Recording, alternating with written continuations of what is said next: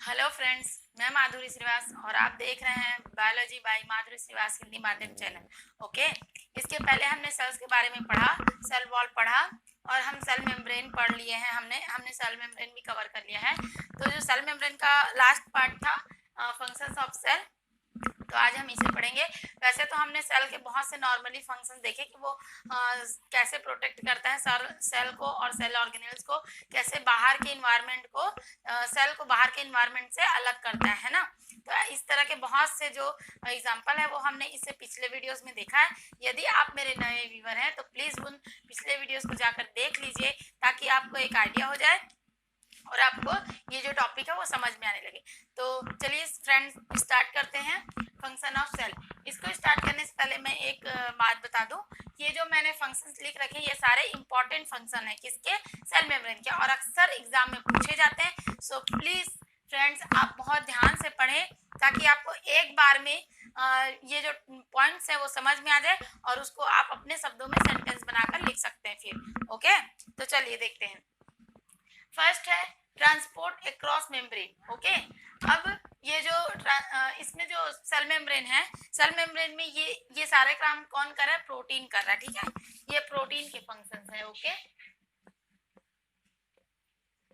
Protein. ठीक, सबसे पहली बात तो ये जितने सारे फंक्शंस मैंने लिख रखे हैं ये कौन कर रहा है, प्रोटीन कर रहा है। ओके, तो इससे पहले वीडियो में हमने पढ़ा था कि सेल मेम्ब्रेन के स्ट्रक्चर पढ़ा था। तो स्ट्रक्चर में फॉस्फोलिपिड के दो लेयर पाए जाते हैं जिसे हम बाइलेयर कहते हैं, है ना, और बीच बीच में प्रोटीन पाए जाते हैं। और उससे पहले वीडियो में हमने पढ़ा था कि प्रोटीन जो है वो 50 से 75% पाया जाता है और लिपिड कम रहता है और उससे भी कम कार्बोहाइड्रेट रहता है ना। तो हम देखेंगे कि प्रोटीन इन सारे फंक्शंस को किस प्रकार करता है। ठीक है, फर्स्ट है ट्रांसपोर्ट अक्रॉस मेम्ब्रेन, मतलब कि क्रॉस मेम्ब्रेन की सहायता से ट्रांसपोर्ट कैसे होता है। अब किन चीजों का ट्रांसपोर्ट होगा, विलयन विलायक, है ना, विलायक का ट्रांसपोर्ट होगा और विलयन का ट्रांसपोर्ट होगा, आयन का ट्रांसपोर्ट होगा, अणु का ट्रांसपोर्ट होगा, है ना, गैसेस भी ट्रांसपोर्ट होगी, वाटर भी ट्रांसपोर्ट होगा। मतलब जितनी चीजों की आवश्यकता एक सेल को रहती है वो सारे चीजों का ट्रांसफर कहाँ से होगा, सेल मेम्ब्रेन से, क्योंकि सेल मेम्ब्रेन क्या है, बाहरी कवर है ना। तो जैसे हमारा घर एक बाहरी कवर है तो हमारी जरूरत की जितनी भी चीजें आएंगी वो कहाँ से आएंगी, दरवाजे से ही आएंगी ना, घर के। तो समझ लीजिए ये जो सेल मेम्ब्रेन का जो ट्रांसपोर्ट करने के लिए जो ये लाइन है ये सेल के अंदर के ऑर्गन्स और बाहर के इन्वायरमेंट के बीच क्या है, दरवाजे का काम कर रहा है। उनकी सारी जरूरतों की चीज कहाँ से आएगी, इन्हीं से आएगी। ठीक है, तो नेक्स्ट देख लेते हैं, प्रोटीन क्या करेगी, ट्रांसपोर्ट करेगी किसका, विलयन विलायक, आयन, अणु, वाटर, सभी चीजों का, ऑक्सीजन, सभी चीजों का। ठीक है, तो फर्स्ट हम देख लेते हैं ये जो ट्रांसपोर्ट होता है वो टू टाइप्स के होते हैं। एक है पेसिव ट्रांसपोर्ट, ठीक है, यहाँ मैं लिख दूं, ये अंडरलाइन कर दिया मैंने। पहला है, यहाँ पहला है पेसिव और दूसरा है एक्टिव ट्रांसपोर्ट। अब हम समझ लेते हैं कि ये पेसिव देखिए फ्रेंड्स, मैंने पॉइंट्स में लिखा है और उसे मैं अपनी भाषा में समझा रही हूँ। उसके बाद एक बार आप बुक पढ़ेंगे या ना भी पढ़े तो भी आपको समझ में तो आना ही है, आप अपने शब्दों में सेंटेंस लिखिएगा। ठीक है, तो पेसिव ट्रांसपोर्ट मैंने यहाँ लिखा है याद रखने के लिए। मैं जो लिख रही हूँ वैसे अगर आप पढ़ेंगे तो आपको कोई भी चीज लाइन बाय लाइन रटने की जरूरत नहीं होगी। ठीक है, एटीपी खर्च नहीं होता, सबसे मेन पॉइंट कि पेसिव ट्रांसपोर्ट किसे कहते हैं, जिसमें एटीपी खर्च नहीं होता। एटीपी मतलब एनर्जी। ठीक है, एनर्जी, तो ऐसा ट्रांसपोर्ट जिसमें एनर्जी खर्च नहीं होता उसे हम क्या कहेंगे, उसे हम पेसिव ट्रांसपोर्ट कहेंगे। सेकंड है एक्टिव ट्रांसपोर्ट यहाँ नीचे मैंने लिख रखा है, ये देखो कि एटीपी खर्च होता है। ओके, एटीपी खर्च होता है, यहाँ पर है लिख दो। ठीक, यहाँ पर भी है, नहीं लिखा है। ठीक है, तो देखो ट्रांसपोर्ट दो प्रकार के होते हैं, पहला है पेसिव ट्रांसपोर्ट, दूसरा एक्टिव। पेसिव में एटीपी खर्च नहीं होता और एक्टिव में एटीपी खर्च होता है। ठीक है, तो जो पेसिव ट्रांसपोर्ट है पहले हम उसको कवर कर लेते हैं, फिर एक्टिव ट्रांसपोर्ट को हम देखेंगे। ठीक है, तो ये जो पेसिव ट्रांसपोर्ट है ये टू टाइप्स के होते हैं। पहला है ये देखिए सिंपल डिफ्यूजन। ठीक है, सिंपल डिफ्यूजन। सेकेंड है फैसिलिटेटेड डिफ्यूजन।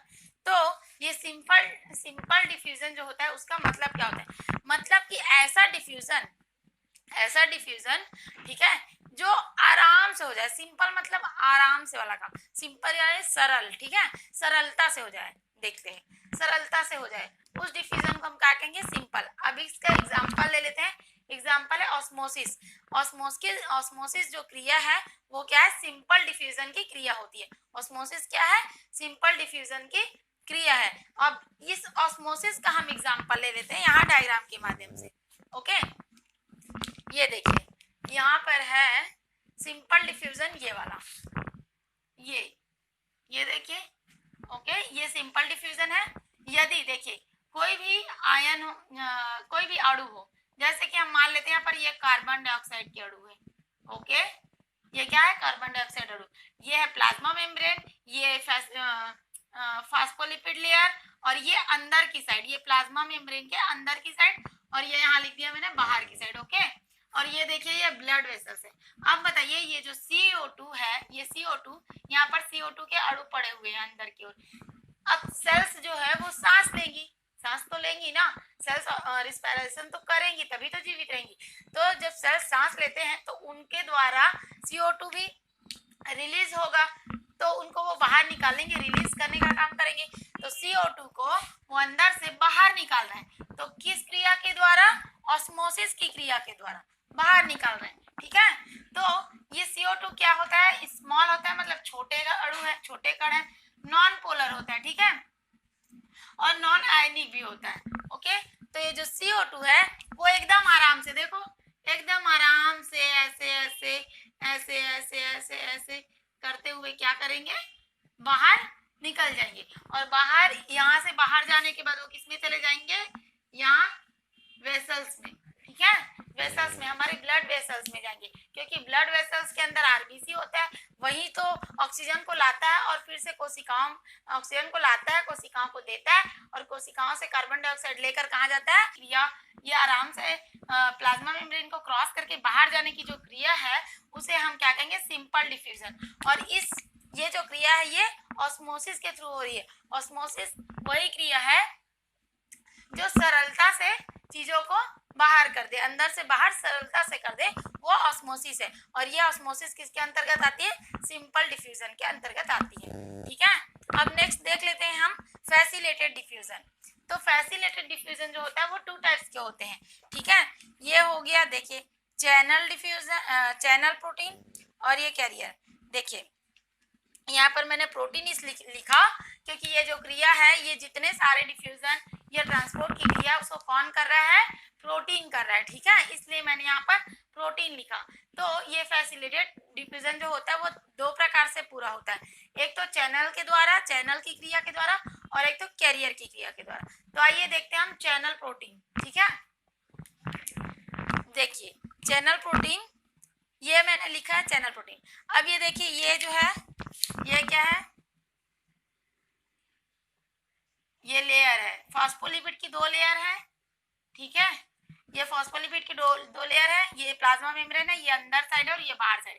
अब देखिए ये जो फैसिलिटेटेड डिफ्यूजन में चैनल प्रोटीन क्या करते हैं, जो सोडियम आयन होता है उनको अंदर से बाहर, ठीक है, अंदर से बाहर जाने के लिए एक कैनाल या एक चैनल या एक नली का निर्माण करते हैं। ठीक है, जगह दे देते हैं कि चलो यहीं से चले जाओ, क्योंकि सोडियम इधर से तो जाएंगे नहीं, वो क्या करेंगे, सोडियम प्रोटीन के थ्रू जाएंगे। और ये देखो ये एक प्रोटीन है, ठीक है, अब यहाँ पर ऐसे करके सोडियम है, ठीक, तो इन सोडियम को बाहर जाना है, तो ये क्या करेगा, अपना शेप चेंज कर लेगा, और चेंज करके ये ऐसे, देखो ये एक नली जैसा स्ट्रक्चर इसने, प्रोटीन ने अपने बीचों बीच एक नली या कैनाल बना दी है, इसलिए हम इसे क्या कहेंगे, चैनल प्रोटीन कहेंगे। ये चैनल प्रोटीन है और जो सोडियम को अंदर से बाहर रिलीज कर रहा है।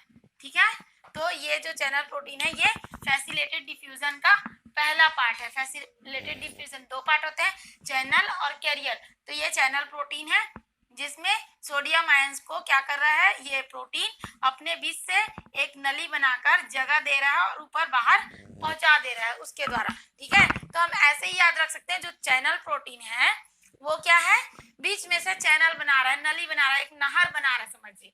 जैसे हम पानी को ले जाने के लिए नहर बनाते हैं या घर के पानी को ले जाने के लिए नाली बनाते हैं ना, वैसे ही समझ जाइए कि ये प्रोटीन है। प्रोटीन के बीच से गई है नली या पाइप गई हुई है, पाएगा और सोडियम को क्या करेगा, नीचे या नीचे से ऊपर भेज देगा। ये हो गया हमारा चैनल प्रोटीन स्ट्रक्चर और ये हो गया फैसिलिटेटेड डिफ्यूजन। ओके, अब नेक्स्ट देख लेते हैं हम कि कैरियर प्रोटीन। कैरियर प्रोटीन में क्या होता है, हाँ, और सबका एक अलग काम है। ये जो चैनल प्रोटीन है वो सिर्फ सोडियम आयन को ही अंदर बाहर करेंगे। ओके, अब हमको ग्लूकोज को अंदर से बाहर या बाहर से अंदर करना है, तब क्या होगा कि कैरियर प्रोटीन काम आएंगे। कैरियर प्रोटीन क्या करते हैं, अपना आकार बदल लेते हैं, ठीक है, शेप को चेंज कर लेते हैं, आकार को बदल लेते हैं। ये देखिए, ये एक प्रोटीन है, ठीक, ये सीधा है, यहाँ पर मान लो एक प्रोटीन और है, ठीक, ऐसे। ओके, अब ये प्रोटीन को ग्लूकोज को अंदर ले जाना है, ठीक है, तो ये क्या करेगा, अपना शेप को ऐसा बदल लेगा। ये देखिए, पहले ऐसा करेगा, फिर इसके बाद ये अपने आकार को ऐसा करेगा। पहले वो उसको अब्जॉर्ब करेगा, उसको अंदर ले लेगा, किसको, ग्लूकोज के अणुओं को, फिर वो अपने शेप को चेंज करेगा, वो उलट जाएगा, देखिए, और वो क्या करेगा, ग्लूकोज को यहाँ पर रिलीज कर देगा। तो ये जो प्रोटीन है, इन जो प्रोटीन का नाम है, इसका नाम है कैरियर प्रोटीन। ओके, ये कैरियर प्रोटीन है और इसे हम ग्लूट की क्रिया भी कहते हैं। ग्लूट फॉर्मेशन कर रही है, कौन सी क्रिया हो रही है इसमें, ग्लूट की क्रिया होती है। अब नेक्स्ट देख लेते हैं हम कि अब इनके एग्जाम्पल देख लेते हैं, ठीक है। हाँ, और एक होता है वाटर मॉलिक्यूल, मतलब पानी का मॉलिक्यूल। पानी का मॉलिक्यूल को क्या कहते हैं, पानी भी कैसे जाएगी, चैनल प्रोटीन के थ्रू, ठीक है। यहाँ पर है देखो, सोडियम और वाटर दोनों किसके थ्रू जाएगी, चैनल प्रोटीन के एग्जाम। मतलब कि जो फैसिलिटेटेड डिफ्यूजन में जो चैनल प्रोटीन है वो क्या क्या करेगी, सोडियम को अंदर से बाहर या बाहर से अंदर करेगी और वाटर को भी अंदर से बाहर या बाहर से अंदर। लेकिन दोनों का नाम, जो दोनों क्रिया के नाम अलग अलग होंगे। देखो, इसमें क्या होगा, इसका नाम चैनल प्रोटीन होगा और इसको हम एक्वापोरिन भी कहेंगे। ये चैनल प्रोटीन चैनल तो बना रहा है, लेकिन इसका नाम हम क्या कहेंगे, एक्वाप्रोटीन क्रिया के द्वारा हो रहा है। इसके आगे मैं बता दूं, पिनोसाइटोसिस मतलब तरल पदार्थ प्रोटीन। जैसे कि प्रोटीन है वो तरल रूप में, यदि प्रोटीन तरल रूप में प्लाज्मा के आर पार आएगी या जाएगी तो वो क्या होगा, ऑस्मोसिस की क्रिया के द्वारा करेगी, जिसे हम पिनोसाइटोसिस भी कहते हैं। मतलब प्रोटीन एक विलायक के रूप में, ठीक है, विलायक या विलेय के रूप में, एक तरल पदार्थ के रूप में प्रोटीन यदि प्लाज्मा मेम्ब्रेन के आर पार आवागमन करती है तो वो कौन सी क्रिया से करेगी, तरल पदार्थ के रूप में करेगी, तो ऑस्मोसिस की क्रिया से, ठीक है। इसलिए मैंने यहाँ पर एरो लगा दिया, और जिसे हम क्या कहेंगे, पिनोसाइटोसिस। क्योंकि देखो, यहाँ पर ऑस्मोसिस में अणुओं के रूप में ऊपर जा रहे हैं, ठीक है, ये देखिए, और ऑस्मोसिस में अणुओं के रूप में ऊपर जा रहे हैं या ऊपर से अंदर से बाहर या बाहर से अंदर आ रहा है। लेकिन यहाँ पर पिनोसाइटोसिस क्यों कहेंगे, क्योंकि वो तरल रूप में, ये देखिए, प्रोटीन जो क्या है, तरल रूप में क्या होगा, अंदर से बाहर या बाहर से अंदर डिफ्यूजन होगा, इसलिए उसे हम पिनोसाइटोसिस कहेंगे। और फैगोसाइटोसिस जो है वो ठोस पदार्थ, मतलब फैगोसाइटोसिस जो है वो ठोस पदार्थों को अंदर से बाहर या बाहर से अंदर करेंगे, उसे हम फैगोसाइटोसिस कहते हैं। ओके, अब देख लेते हैं हम सेकंड वाला। ये तो हमारे पॉइंट क्लियर हो गए, और ये है एक्टिव ट्रांसपोर्ट।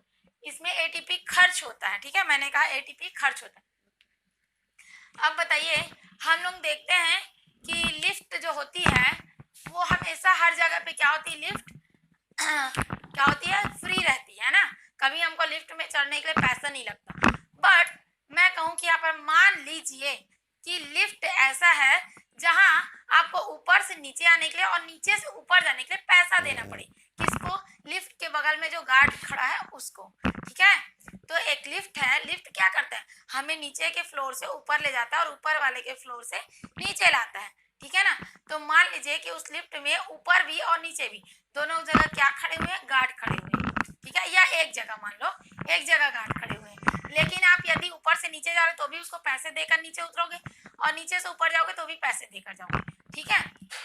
तो देखते हैं, देखो ये जो है, ये और ये जो एक्टिव ट्रांसपोर्ट है, ये क्या होता है, कम कंसंट्रेशन, यहाँ मैंने लिखा है देखो, ठीक है, कम कंसंट्रेशन से ज्यादा कंसंट्रेशन में सोडियम पोटेशियम को अंदर से बाहर जाने के लिए एटीपी खर्च करना पड़ता है। ठीक है, प्लाज्मा मेम्ब्रेन के अंदर, ठीक है, क्या होता है, ज्यादा मात्रा में ये पोटेशियम होता है प्लाज्मा मेम्ब्रेन के अंदर, ये बात आप याद रखेंगे। ओके, प्लाज्मा मेम्ब्रेन, ये देखिए, ये है लिपिड फास्फेट की बाइलेयर, ये है प्रोटीन। ठीक है, अब यहाँ ये नीचे ये अलग हो गया। ओके, ये नीचे में ये प्लाज्मा मेम्ब्रेन के अंदर क्या है, पोटेशियम ज्यादा होता है। ठीक, और बाहर क्या होता है, सोडियम ज्यादा होता है। ये देखो यहाँ मैंने लिखा है सोडियम ज्यादा होता है। तो ये जो बाहर की और अंदर की जो विलेय या विलायक जो भी पदार्थ है उनका क्या है, कंसंट्रेशन अंदर क्या है, कम है, और ऊपर क्या है, ज्यादा है। सभी कोशिकाओं के बाहर का जो कंसंट्रेशन रहता है वो कोशिकाओं के अंदर के कंसंट्रेशन से क्या होता है, ज्यादा होता है। तो यदि सोडियम के अणुओं को बाहर जाना हो और बाहर के पोटेशियम के अणुओं को अंदर आना हो, ठीक है, अब बाहर सोडियम ज्यादा होती है और अंदर पोटेशियम, लेकिन कुछ भी चीज जहां पर भी हो वहां ज्यादा होगी तो उसे बाहर तो निकालना पड़ेगा, है ना। ज्यादा को रख तो सकते नहीं, ज्यादा का तो काम नहीं होता, क्योंकि हर चीज की जो अति होती है वो अच्छी नहीं होती। तो जब ज्यादा हो जाएंगे नीचे पोटेशियम तो उसे बाहर भेजना है, और बाहर ज्यादा हो जाएंगे सोडियम तो उसे अंदर भेजना है। तो मान लो कि ये लिफ्ट है, लिफ्ट में एक गार्ड खड़ा है जो कि पैसे लिए बगैर किसी को नीचे और नीचे से ऊपर, ऊपर वाले को नीचे और नीचे वाले को ऊपर आने जाने नहीं देगा। ठीक है, तो हम यहाँ पर क्या करेंगे, एक एटीपी देंगे। किसको देंगे, इस गार्ड को देंगे। एक एटीपी देंगे तो वो क्या करेगा, 3 अणु, यहाँ पर मैंने लिखा है देखो, 3 मॉलिक्यूल या अणु सोडियम के क्या करेगा, बाहर से अंदर लाएगा, और अंदर से 2 मॉलिक्यूल पोटेशियम के बाहर करेगा। ठीक है, तो ये गार्ड क्या करेगा, एक एटीपी लेगा तो 3 मॉलिक्यूल सोडियम का बाहर से अंदर आएगा और 2 मॉलिक्यूल अंदर का पोटेशियम जो है वो बाहर करेगा।